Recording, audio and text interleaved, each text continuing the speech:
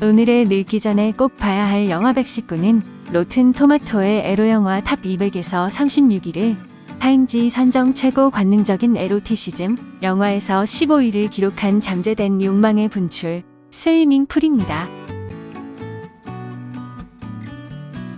주인공인 사라 모트는 영국의 성공한 범죄 미스터리 소설 작가이지만 그녀는 창작의 소재가 바닥난 상태였습니다.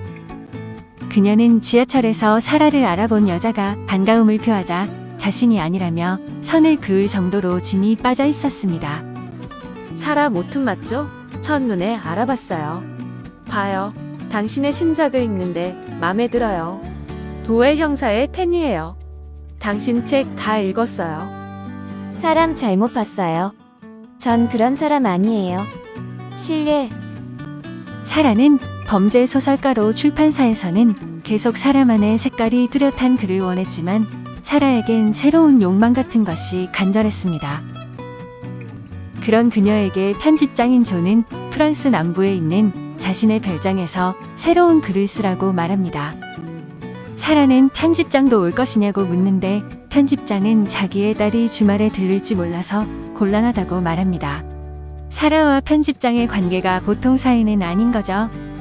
그렇게 가게 된 별장은 상쾌한 공기와 한적함, 그리고 수영장이 딸려있는 곳으로 그녀가 글을 쓰기에 완벽한 곳이었습니다.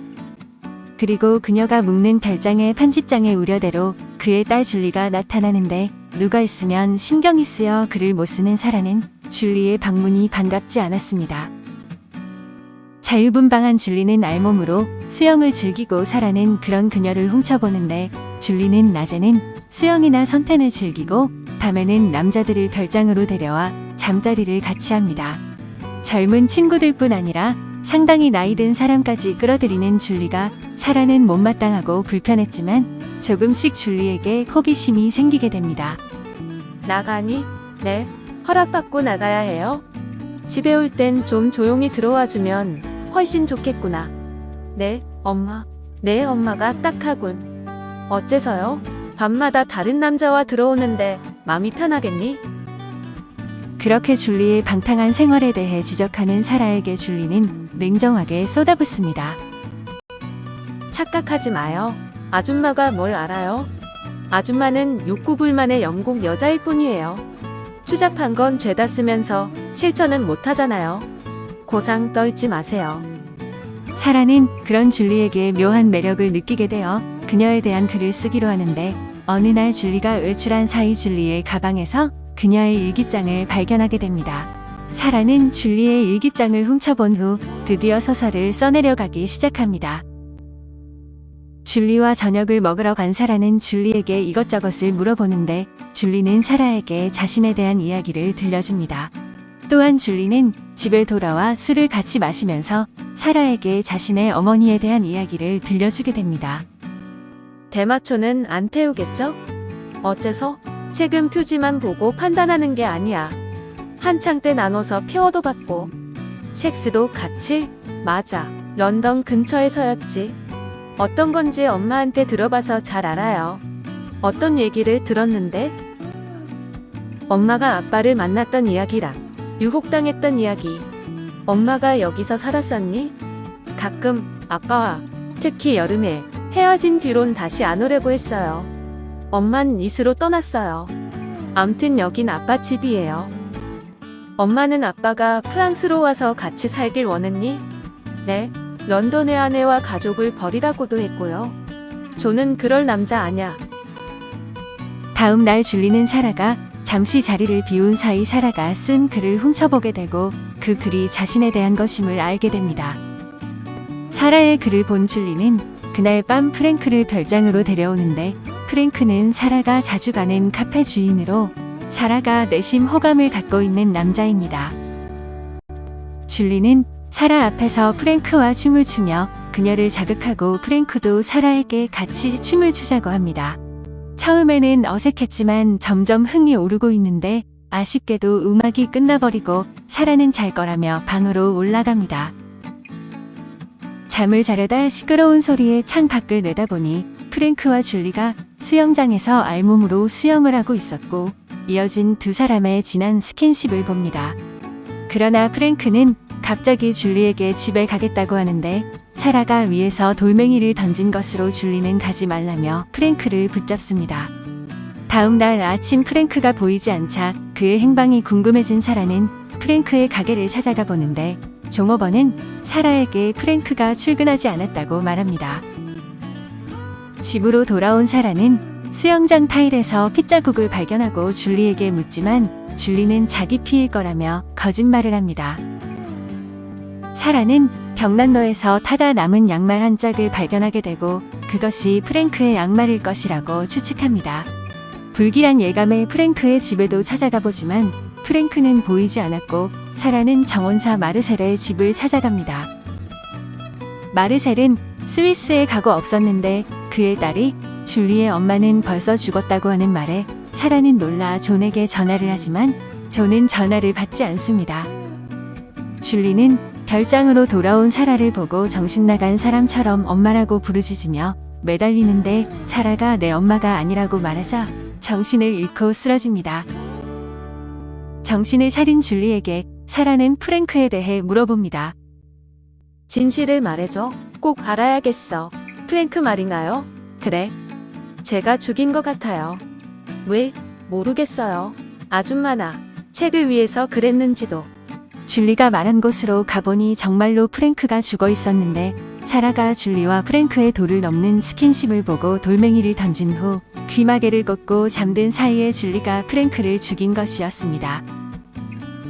자신을 위해 그랬다는 줄리의 말에 마음이 약해진 사라는 줄리와 함께 시체를 처리하고 의심받지 않기 위해 아무 일 없었다는 듯이 행동하기로 합니다. 사라, 안 태운 게 있어요. 뭔데?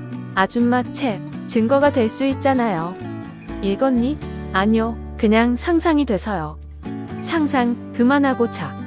내일 일해야잖아. 프랭크를 땅에 묻고 옷가지들을 태우는데 잔디를 깎던 정원사 마르셀이 프랭크를 묻은 자리가 이상함을 느낍니다. 순간 사라는 마르셀의 주의를 돌리기 위해 자신의 가슴을 내보이며 마르셀을 유혹해서 간신히 들통날 위기를 모면합니다. 줄리는 생트로페로 떠나며 사라에게 자신의 엄마가 쓴 원고의 사본을 남기고 사라는 줄리가 준 원고를 보고 소설을 쓰게 됩니다. 사라, 제가 왜 이러는지는 잘 모르겠지만 우리 둘 사이에 있었던 일 때문에라도 이러는 게 옳을 것 같아요. 제가 거짓말을 했어요. 엄마의 원고가 완전히 사라진 건 아니에요. 불에 태운 건 맞지만 숨겨둔 복사본을 엄마가 주셨어요. 아빤 이 사실을 몰라요. 아마도 오늘 아줌마한테 드리게 되면 아줌마가 엄마를 다시 되살릴 수 있을 것 같아요. 만약에 아줌마에게 영감을 준다면 사용하세요. 사라는 원고를 들고 존을 찾아가는데 원고를 읽어본 존은 사라답지 않은 글이라며 출판을 하지 않는 게 좋겠다고 합니다. 그런 존에게 사라는 그럴 줄 알고 박헨이란 출판사와 계약했다며 완성된 책을 내미는데 책의 제목은 스위밍 풀이었습니다. 사라는 존에게 책은 당신 딸한테 주라는 말을 남기고 사무실을 나가는데 그 순간 존의 진짜 딸인 줄리와 마주치게 됩니다.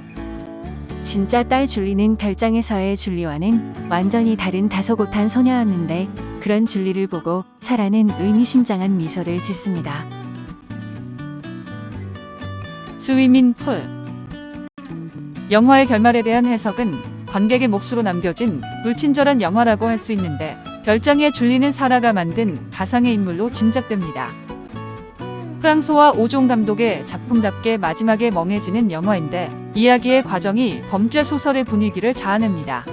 조용한 것을 좋아하는 사라와 자유분방한 줄리라는 두 여자를 대비시켜 사라의 잠재된 욕망을 드러낸 것으로 보입니다.